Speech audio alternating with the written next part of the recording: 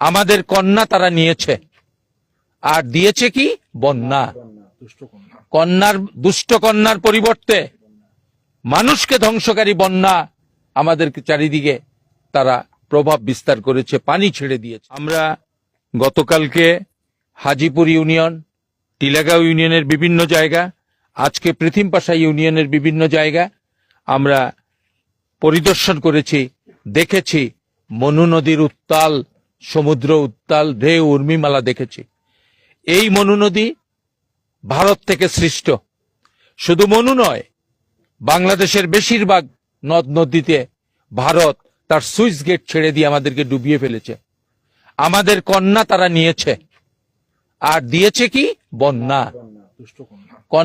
দুষ্ট কন্যার পরিবর্তে মানুষকে ধ্বংসকারী বন্যা আমাদের চারিদিকে তারা প্রভাব বিস্তার করেছে, পানি ছেড়ে